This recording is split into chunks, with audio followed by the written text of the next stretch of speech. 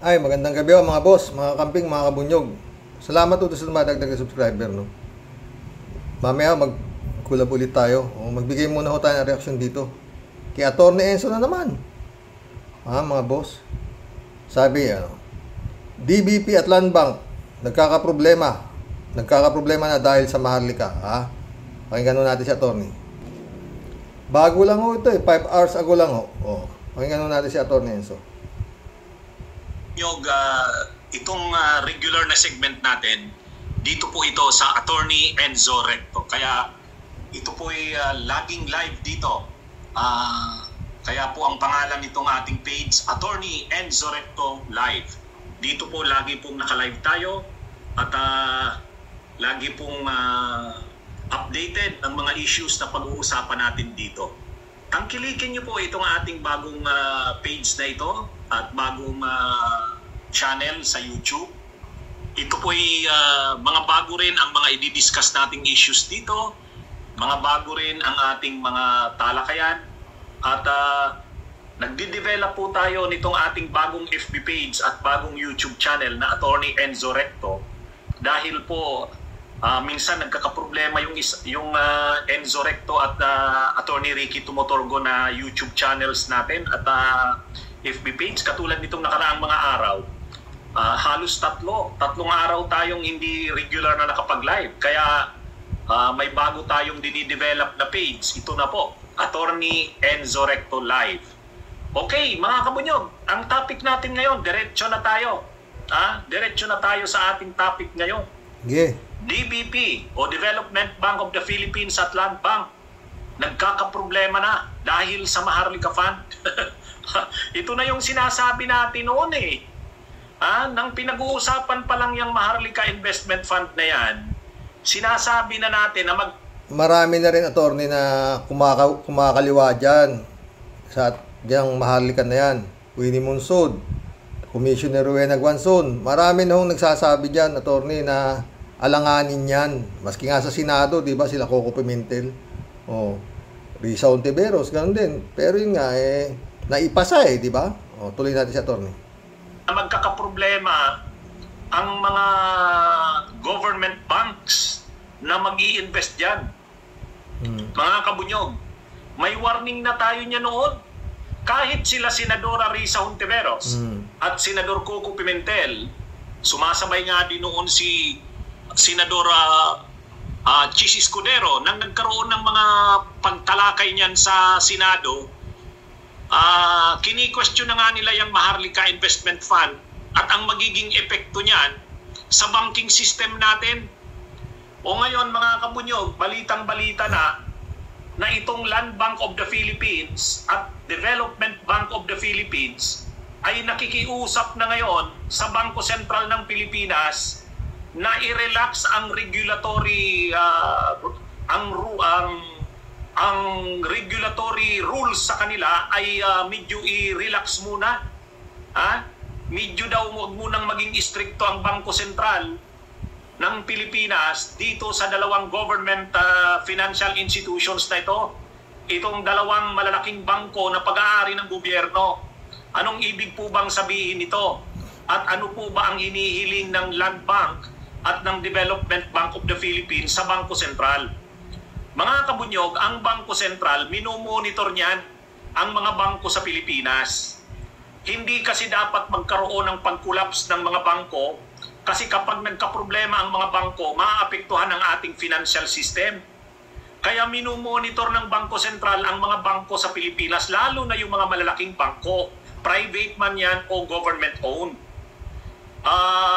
Isa sa mga requirements ng Bangko Sentral, dapat laging mayroong parang 10% yata ng declared na capitalization.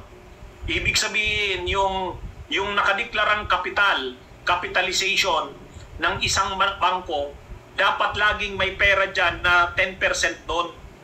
So ibig sabihin po, hindi pwedeng ubusin ng bangko, halimbawa ang capitalization niya. Ang capitalization niya ay, dineclare niyang ang capitalization niya ay 1 trillion. 1 trillion pesos ang kanyang capitalization. Dapat 10% niyan O kaya sabihin natin, para madali lang mai-illustrate, halimbawa 100 billion ang capitalization. Dapat laging mayroong pera dyan, liquid yan, at mga 10 billion na capitalization, laging nandyan yan. Kasi kapag bumaba na sa 10% yung ano niya, yung nandyan. Basta ano ho dito, ni Atty. Enzo, nagkakaproblema na ho dahil sa Maharlika, no? Yun yung mga bangko na yan. Dating ano naman di ba mga boss? Kung kayo sa ganitong sitwasyon dito sa Pilipinas, no? Nakikita nyo kung paano pinag-aagawan yung pera ng utang naman, yung budget nitong parating na 2024, kung ilang bilyon ay pinag-aagawan yung mga confidential pa na daan-daang milyon. Tapos yan pa yung Maharlika na yan, dating sinabi na nga na alanganin yan. Kung kayo ba may pera dyan, di pa ba kayo abandon ship ka na, ha? Hindi naman basta-basta yung mga nagsasabing baka lumubog yung barko. Di ba? Mabuti sana kung yung pera mo na nakabangko dyan galing din sa confidential pa mo. Kung pinaghirapan mo yan,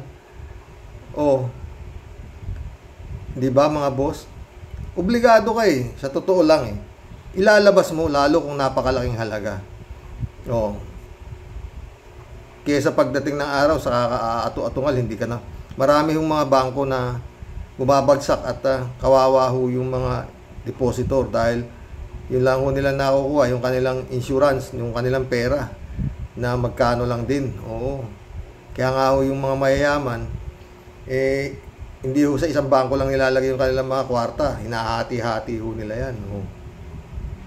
Kung ganyan ang bangkong kinalalagyan mo na maraming nagsasabi na baka lumubog, ililipat mo na. Karami naman bangko, di ba mga boss?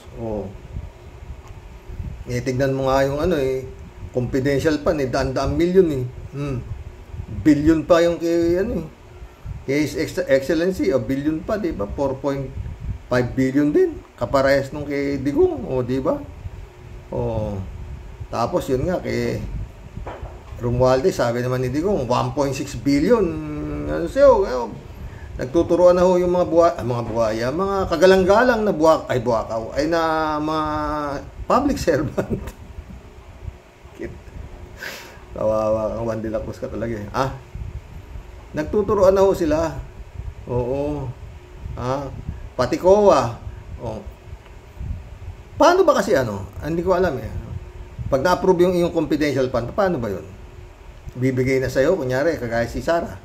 Na-approve yung DepEd, saka 650 million, bibigay na po ba sa kanya yun? 600, bahala ka na dyan. Bahala na siya kung saan niya gagamitin. Kung sa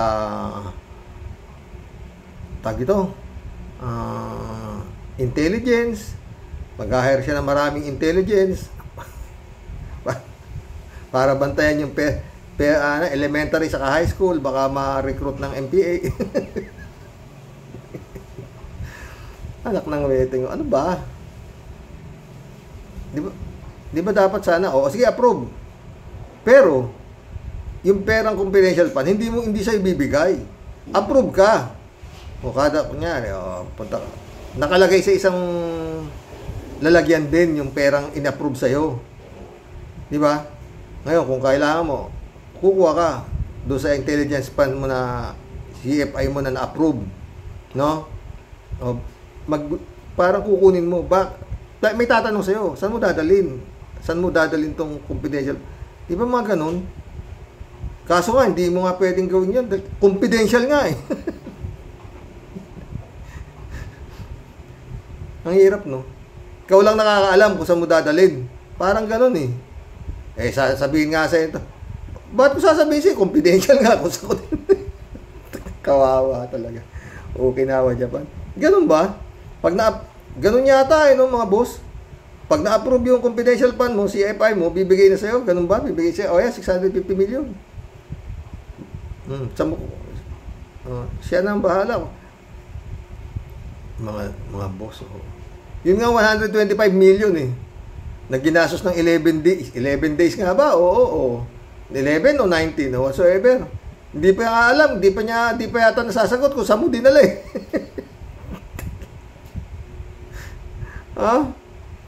In the sense na pag ang pera mo sa bangko, kaya mo nilalagay yung pera mo sa bangko dahil sa dami na eh, di ba, mga boss? Tsaka yun nga, takot ka manakawan, kung doon sa ano, magdi-declare ng bankruptcy, patay ka rin, di ba? In the sense, magkano lang naman yung tinutubo ng pera sa bangko? Hindi naman masyadong ilang percent lang, di ba? Oh. Di ba, mga boss? Ay, nako. Ganun nga siguro, mga boss, no? Pag-approve yung confidential fund mo, bibigay ba sa'yo lahat yung ganun? Tapos, bahala ka na kung saan mo lalagay, ganun. Tapos, saka kay o yung KD kong laki-laki, di ba? 21.5 billion yata yung confidential pa ni Digong mula nung 6 na taong naging presidency. Yung kay Sara naman, 2 point something na billion. Nung mayor pa lang siya, mas malaki pa yung ano niya sa Makati. Kung sa malalaking mga syudad. Mas malaki pa yung confidential pa ni Sara. Ganun nga yata yun eh, di ba mga boss? Di ko kasi alam yung ganyan eh. Oo. Na pag na-approve yung confidential fund mo, bibigay sa'yo ng buo. Tapos yun nga, saan mo nadadalhin? Okay. Dapat sana hawak muna ng bangko yun, di ba? O pag mag-release ka, saan mo dadalhin? Hindi na confidential, di ba? Pwede rin, hindi na confidential, di ba? Kasi tatanungin ka nung pagkukunan mo, approve ba? O ito, yung confidential mo, 650 million nandito. O, na OBP, 500 million, tapos 150 million sa DepEd. O, pag kukunin mo, siyempre, saan mo dadalhin? O, wala na, hindi na confidential, di ba? Ewan ko, okay. Mag-collab na ho tayo. Lahat tayo pera.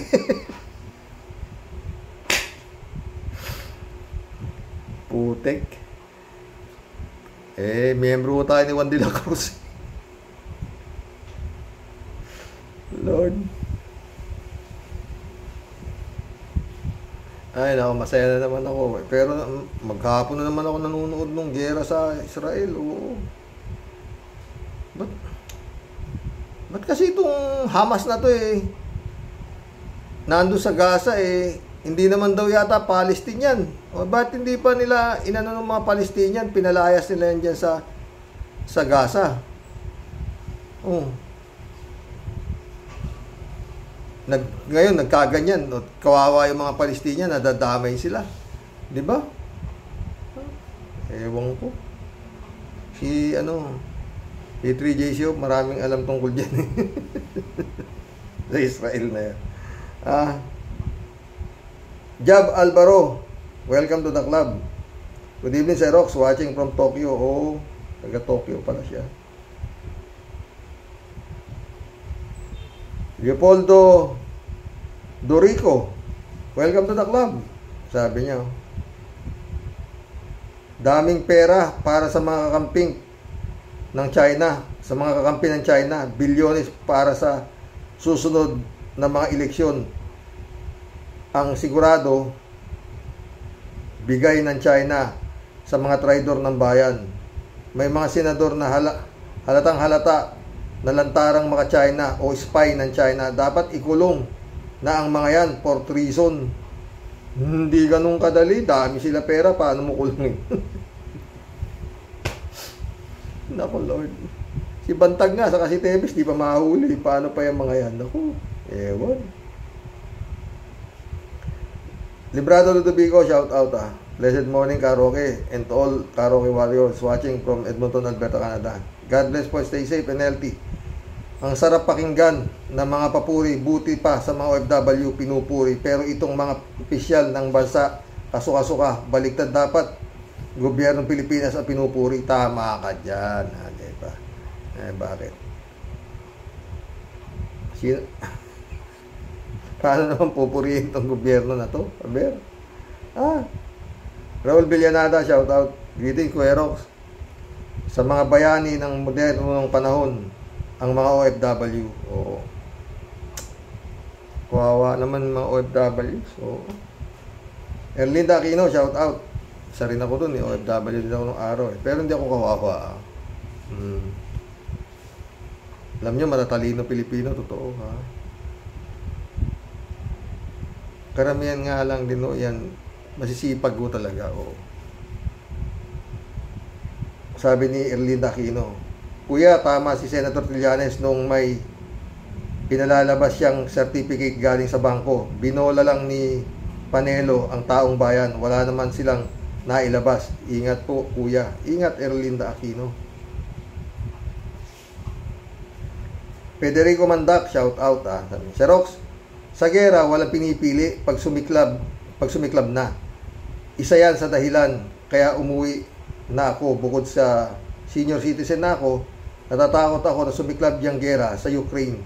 Baka magka-escalate sa Middle East na hanggang ngayon ay patuloy pa rin yung gulo sa Israel. Matagal na yan, on and off na lang yan mga panatiko kasi ang mga panatiko kasi ang Hamas. Talagang traitor kung umatake. Let's pray na lang na matapos agad ang gera na ito. Ganun pala yun. Kaya nga, bakit hindi pinalayas yung Hamas ng mga Palestinian, di ba? Di ba? So ngayon, nadadamay sila dahil dyan sa Hamas-Hamas na yan.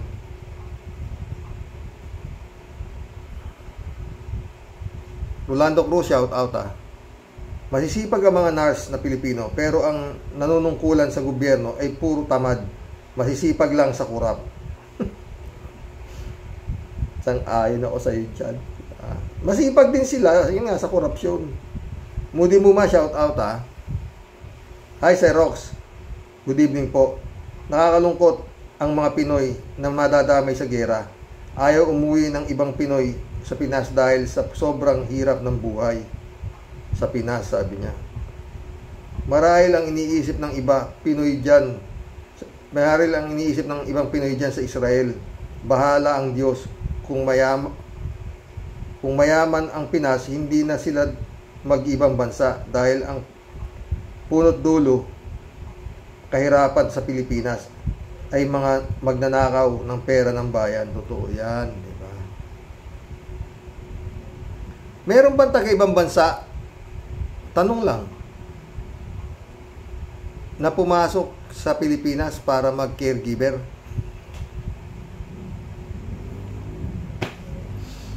Ha? Meron ba? Kunyari, yung Taiwanese,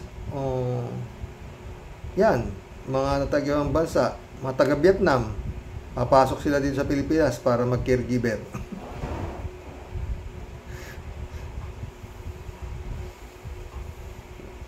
Ba't ganun, no? Pag tayo ng ibang bansa, tayo katulong, no?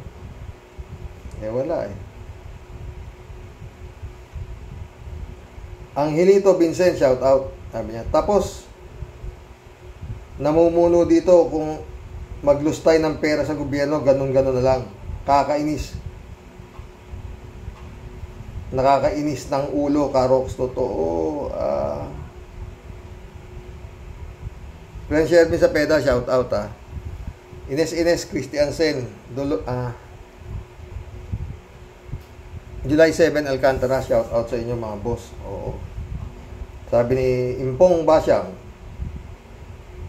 Team Tia Deli, bumabalandra po sa pagbati ng magandang buhay sa ating pong lahat, mga kalupon sa Rocky Warriors.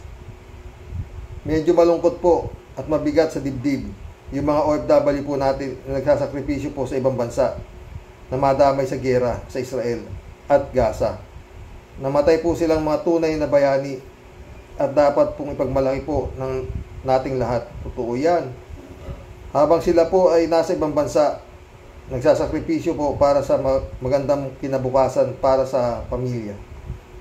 At pinaparangalan tayo bilang tunay na bayani sa buong mundo. Ito po tayo dyan sa Pilipinas. Pinararangalan din po tayo na pinakasobrang kakakapal ng antitigas po ng mga pagmumuka. Galit ka na naman.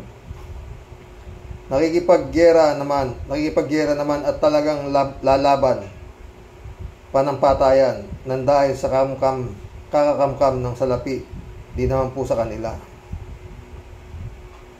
Kaya totoo po naman, Sir Rox, sobra po talaga tayong sikat. Talagang nakaka-proud naman po para dun sa mga matatapang asikmura. Tawag po sa atin, bayani, sa pinakakurakot at pinakamadulas na magnanakaw sa kasaysayan. Kaya nga po, hawak po natin ang world record, Sir Rox. Ano po ang panama ng Gaza o ng Russia o ng China sa sobrang kawalangyaan? Sino po ang hahamon sa ginagawa po ng mga taga-gobyerno sa atin? May tatalo pa ba, Sir Rox, sa kanilang kawalangyaan? Ay naku, ikaw naman.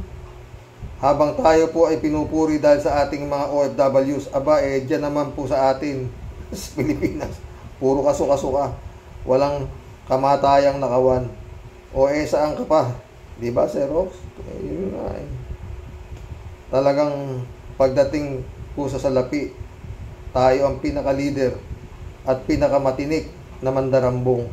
Pwe, masahol pa po sila sa hayop. Tapos yung namang inyong presidente may padramang bibigay daw ang support para sa pamilya ng mga namatayan. Palagi naman ganun ang drama para siya purihin. Pwe, ano ka ba? Sumakay ka na lang, Tia Delica. Bakit di po yung mga lugmok sa hirap ang tulungan niya at iahon sa hirap? Tinam. Putik yan. Sabi mo nga, Sir Rox, hay nako, di ko na naman napipigilan ang aking pagkuda. Pasensya na po, Sir Rox, sa ating pong mga kalupon. Pagpasensya ninyo po ang inyong impong, Sir Rox. Pahayo ko po sa inyo, palaging may handang tubig sa tabi dahil hihingalin ka po ito, ubusin ka talaga ng haba ng talata, palagi iniimpo.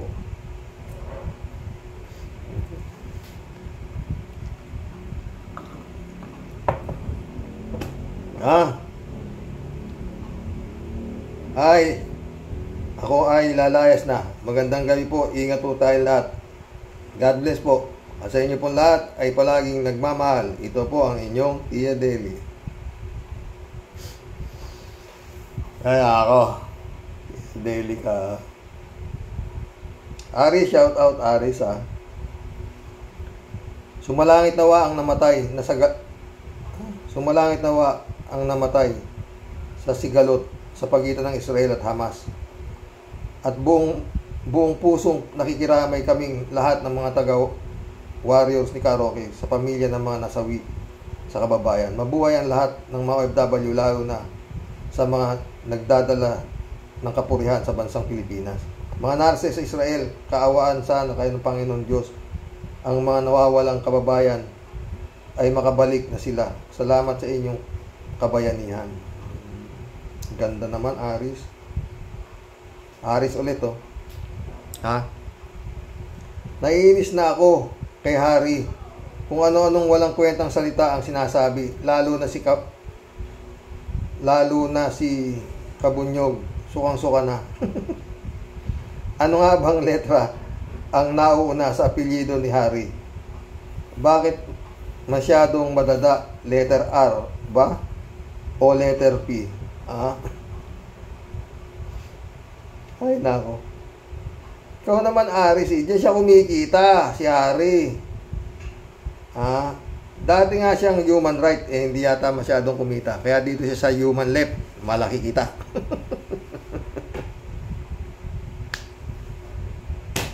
Ay nako. Al Olalia, shout out.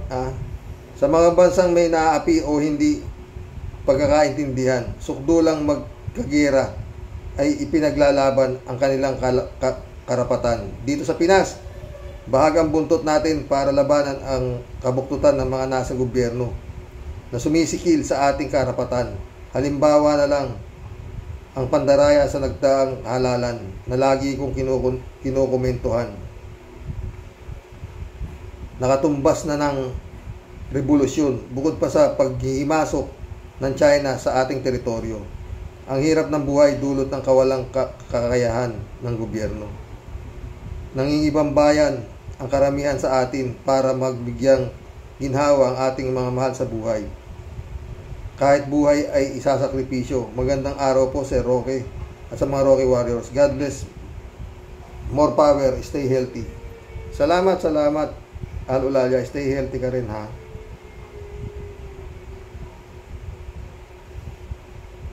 Elizabeth Iscare, shout out. Good evening, Sir Rox.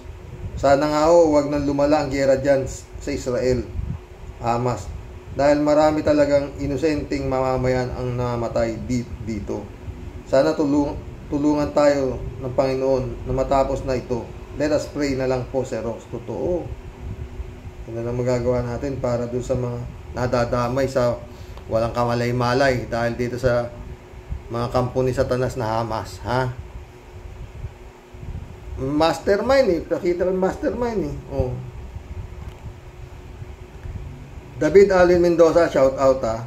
Hi ka Roque. At sa mga Roque Warriors. Good evening po sa lahat. Saludo po ako sa lahat ng mga FWs natin na puro trabaho lang ang inaatupag para mabigyan ng kaginhawaan ang kanilang pamilya. Nakakalungkot po na may mga kababayan tayo na nadamay sa kaguluhan sa pagitan ng Israel at Hamas. Wala naman po kasi silang makukuha sa magandang trabaho dyan sa bansa natin. Kaya magtitiis na lang po sa ibang bansa magtrabaho. Lagi na lang pangako ng mga politiko natin kapag panahon ng eleksyon ang magandang kabuhayan para sa mga OFWs natin upang di na sila mag-ibang bansa para magtrabaho, pero hanggang doon na lang. Kapag naluklok na sa pwesto, nakalimutan na ang pangako nila. Ay naku, dapat po siguro may pinirmahan na kontrata ang mga politiko sa mga pangako nila para kapag hindi natupad ay pwede alisin sa pwesto. Naku, magandang panukalang batas mo yan ha, David ha? Diba? Pwede sana yan, kung pwede, di. Si Excellency nga eh. Kalahin mo yung 20 pesos na bigas. Napaniwala itong mga tao, tsaka sa mga Talyano gold. Ewan. Elizabeth Iscare ulit to. Kawawang mga Pinoy na nandun sa nadadamay dyan at pati na mga nurses na nasa bingit na ng kamatayan. Kaawa-awa talaga. Bakit di sila nadadamay dyan? Hay, bakit ba sila nadadamay dyan? Hay, itong mga Hamas na pumasok sa isang music festival dyan sa Israel na minasakir ang mga taong naandyan. Kaya sumiklab ang galit ng leader dyan at eto ngay naging giyera na. At di titigil ang gobyernong Israel, hindi sila mabubura sa mundong ito. Ang problema lang, maraming inosente ang madadamay. Ay, totoo yan, Elizabeth. Yun nga problema dyan. Oo. Ito namang Hamas na to, Okinawa, Japan, wala nang palang ikakaya.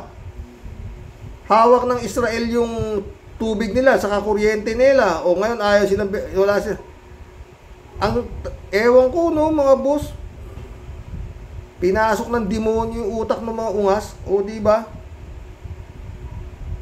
Pwede siguro kung para silang Russia tsaka Ukraine na kala nila maliit yung Ukraine, pero lumaban. Eto yung laki ng Israel eh. Pinasok nila. O ngayon nasan yung mga bugok? Nandun sa ilalim ng lungga, nasa ilalim daw ng lupa, doon nagsisipagtago. O kaya malaking kademonyo ang pumasok doon sa napanood ko may leader sila eh, mastermind. May mastermind, isa lang eh. O, pinaniwalaan ito mga ungas. O, mga ungas na Hamas. Grabe kasi ginawa nila. Ewan, ayokong sabihin. O. So, kademonyohan po. Oo, kademonyohan po talaga. Joaquin Mesa Jr., shout out. Poor Angeline, she gave real meaning to caregiver. Dapat siguro tayo magprotesta. Suportahan natin ang Palestinian. Ang gulo nito bakit ito pareho lang kasi tayo dumaan sa pag-api ng mga imperialista. Si nating may pagkadute. Ang gulo to. Hindi ko na nga babasahin yung ano mo. Malalim kang mag-comment eh. Okay na sana nung umpisa eh. Poor Angeline, she gave, biglang ano na siya. Ewan ko, yung pasahin to eh. Naiba eh, oh. Pang-api na imperialista na tingin na may pagkadutae, ay pagkadutete, patayan, ginyera, pangungurakot, gusto nila. Anong ginawa niya sa Marawi? Drug war, pag-uutang, alang hiya-hiya. Drug war, pang-uutang, alang hiya siya. Oo, pwede naman pala. Kaya lang, ba't mo kinumpara si Nathan Ho kay pagkadutete? Malayo naman. Malayo naman. Everyday Sunday, shout out. Sabi niya, paano uwi ka Roque ang mga OFWs natin? Marami sa kanila, konting diferensya ng papeles at sagot sa mga tanong na immigration officer sa BI natin. Upload ng mga buhayang immigration officer. Kukwartahan ang kapwa OFWs natin. Maraming horror stories sa airport natin. Mahina 30K nalagay. Pet malu sa kawalang yaan. Yun nga eh. Ewan ba? Everyday Sunday ulit oh. Karox, at sa kaalaman ng mga kapwa ko, ka-warrior, sabi niya, nakikinabang pala yung mga Hamas terrorist group sa tulong ng US at EU sa mga Palestine people nakatira sa Gaza Strip. Ang Iran ang nagsusupply ng mga armas sa Hamas at Hezbollah group. Todo tanggi naman ng Iran. May kinalaman din daw ang China sa pagbibigay sa mga teroristang grupo para madistract ang US at EU sa West Philippine Sea na gustong masakop ng China ang Taiwan. Huwag na sanang umabot dito sa Pinas yung gera na yan. Inaatupag ng mga ating mga government official ang harapang pagnanakaw sa kaban ng bayan. Yun nga eh. Yung galaw eh, parang may mangyayari, di ba? Bakit talagang nagsusupangan sila doon sa ilang billion ba? Ilang trillion? 5 trillion yung ano eh, budget ng 2024, mahigit eh, 5 trillion, di ba? At yun nga, yung iba doon, eh wala naman, uutangin na naman sa ibang bansa, di ba mga boss? Marisa Castro, welcome to the club. Evelyn 871, shout out sabi niya. Siguro naman ay narinig ninyong mga politikong korap kung ano ang nangyari sa mga bayaning OFWs ng Pilipinas sa Israel.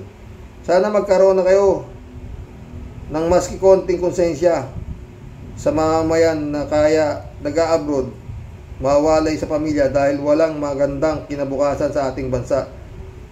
Dahil nasa bulsa ng mga mandarambong ang pera ng bayan, bilyon kung magnakaw. Akira Milos, shout out ha.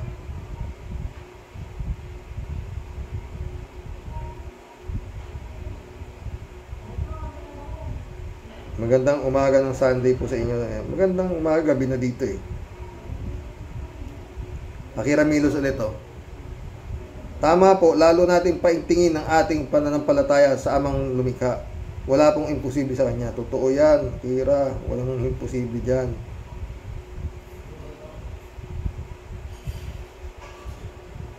Sumagot si Kalat ni tama, nadali mo si Tart. Sabi niya. Akira Milos ulit oh. Sana po ay matagpuan na nila ang mga hostage po na nakakaawa po yung pamilya nila. Totoo. Kalat niyo, good morning, Karoke, tira ka lang, Karoke ha, sabi niya.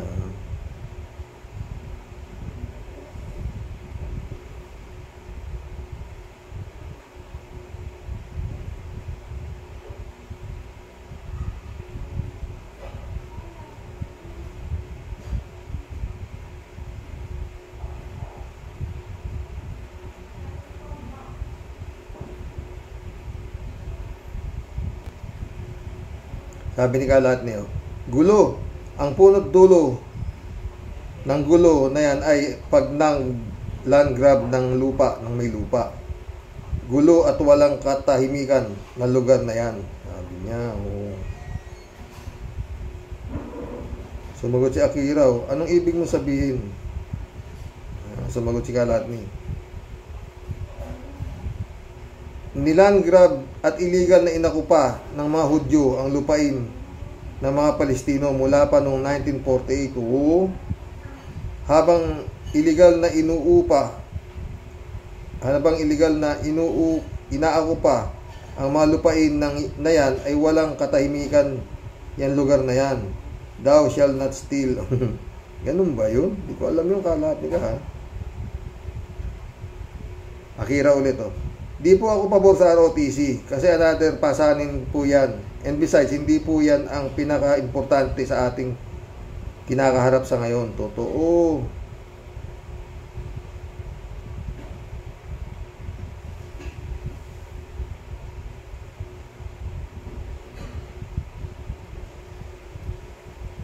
Cassandra Daisy, shout out, Sabi niya, Angeline, salamat sa honor na binigay mo sa Pilipinas. Itinaas mo lalo ang mga Pilipino nurses sa buong mundo. Kumbaga, ikaw si Manny Pacman sa larangan ng healthcare professionals. Sana gumawa rin si Marcos Jr. ng kabayanihan. Ibigay na sa ICC ang mga Duterte at ang mga Duterte citizen. Sa October 17, madidinig sa Comelec kung disqualify ang Smart Magic, sabi ni Engineer Kausing. Shout out Engineer Toto Kausing, attorney, ha.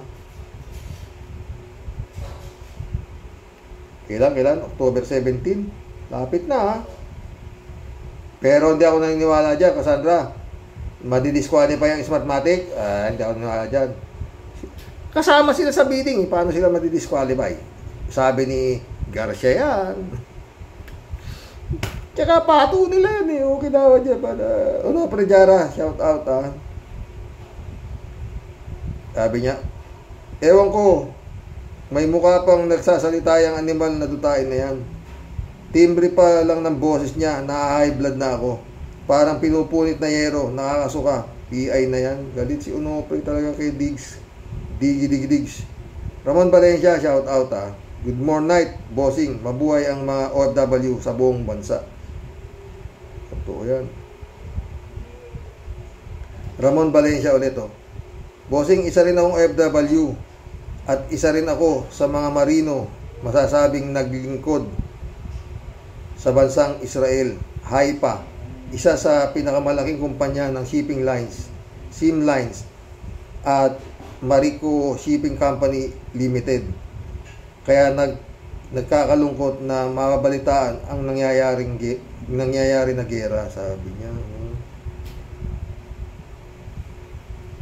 Ramon Valencia ulit, Bossing, alam mo ba na gustong-gusto ng may-ari ng kumpanya, mga Pinoy, ang crew nila dahil sa klase ng trabaho, kalidad at sipag?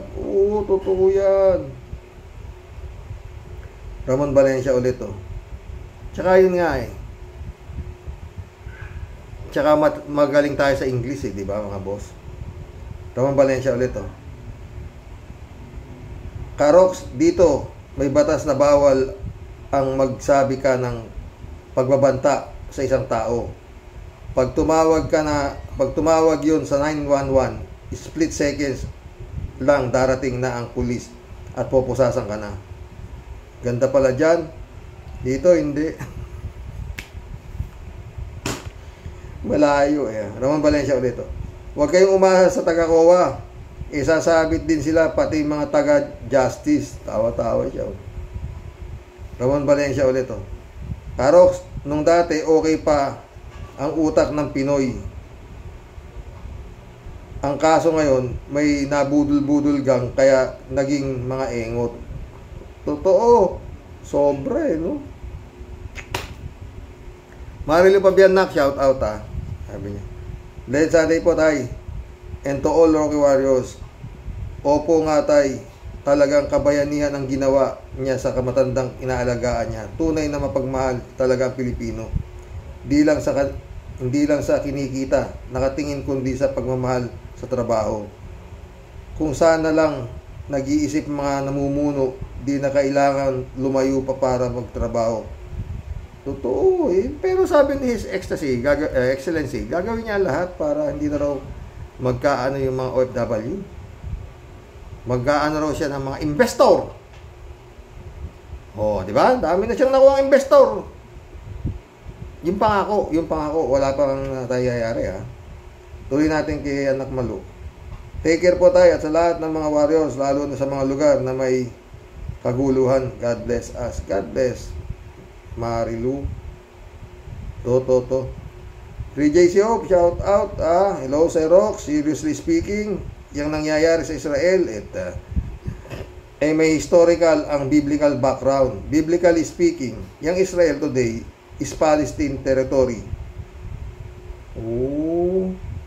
But God gave that land to the Israelites, though His covenant with Abraham, Isaac, and Jacob. Talagang magaling sa Biblia tong kaibigan. Kaya nga, ang Palestinians hanggang sa ngayon ay binabawi nila ang teritoryong iyan from the Israelis. Oh, ganun pala yun, ha? Hindi naman nila mabawi-bawi, ha?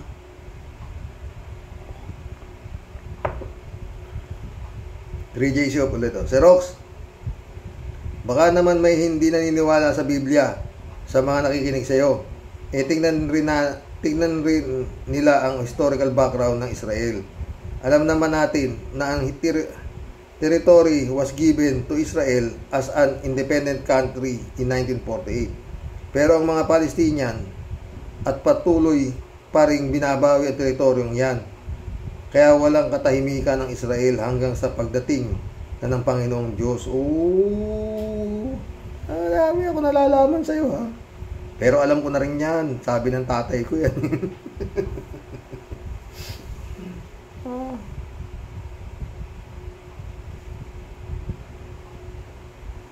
TJC ulit. Sir Rox, tungkol naman sa mga Pilipino nurses, totoo yan. Masisipag ang mga Pinoy nurses at talagang mahilig mag-overtime. For the money, syempre. Lalo yung OFW. Kaya kudos talaga sa kanila. Hindi nila kikitain ang $100,000 sa loob ng isang taon kung dyan lang sila sa Pilipinas. Ikaw na, bakit hindi? Pag politiko sila, di sandali lang. Kala mo, tignan mo Sarah. 6 na taon lang si Sarah nag-mayor confidential pa niya, 2. May 2 bilyon, kita mo. Okay. Si Digong, tignan mo, 6 na taon lang nagpresidente, confidential pan pa lang yan, 3J Siop ka, ha? Wala pa yung sweldo. De la Cruz. Ay, Lord. 3J Siop ulit, May iba ako, Sir Rox. Tatawa na naman siya. Si Diggs talagang piling president pa, no? Oo naman. Akalain mo, pagbantaan si Franz Castro, wala na siyang immunity. However, di naman makakasuhan ng grave threat kasi kakampi niya ang mga nasa pwesto dyan. Gaganyan ba si Diggs kung alam niyang untouchable siya, di ba? Si Ecstasy nga, si Excellency nga, siya ibigay sa ICC, di ba? TJC po ulit, Galit na galit si Diggs sa Rox dahil nabokya si Sarah sa confidential fund. Baka pag nagalit na todo si Bongbong Romualdez, tawagin ng ICC at i-welcome to the Philippines. Sana nga, magdilang anghel ka, 3J Siop ka. Sana nga, no, Sir Rox. Nag-voltage 5 na ang mga kampi ni Sarah Jim Potpot, pero wala, Zero talaga si Sarang walang AIDS. Total, kaya naman siya nabuhay kahit walang confidential. Total, kaya naman niya mabuhay kahit wala siyang confidential fund. So, wag na dapat nanggagalaiti si Tatay Diggs. Baka may porsyento si Tatay Diggs dyan, Alam mo maski si Tatay Diggs, bilyon-bilyon ng pera niyan, sayang pa rin yung 650 million, di ba? 3J Shop ulit to. Akalain mo, Sir Rox, may tumabla kay Sara, tawa. Di ko mo anak siya ni Diggs, walang makakagalaw sa kanya, datong. Sa kanyang datong. Ayun. Enter Romualdez. Di nakapalag si Inday Sara. Di kalaban pala ng bayan si Romualdez. Oo naman, kalaban pala siya ng kapayapaan. Naku, magsabunutan na lang sila. Magsabunutan na lang kaya sila Diggs. Sabutan na lang kaya sila ni Diggs, totoo,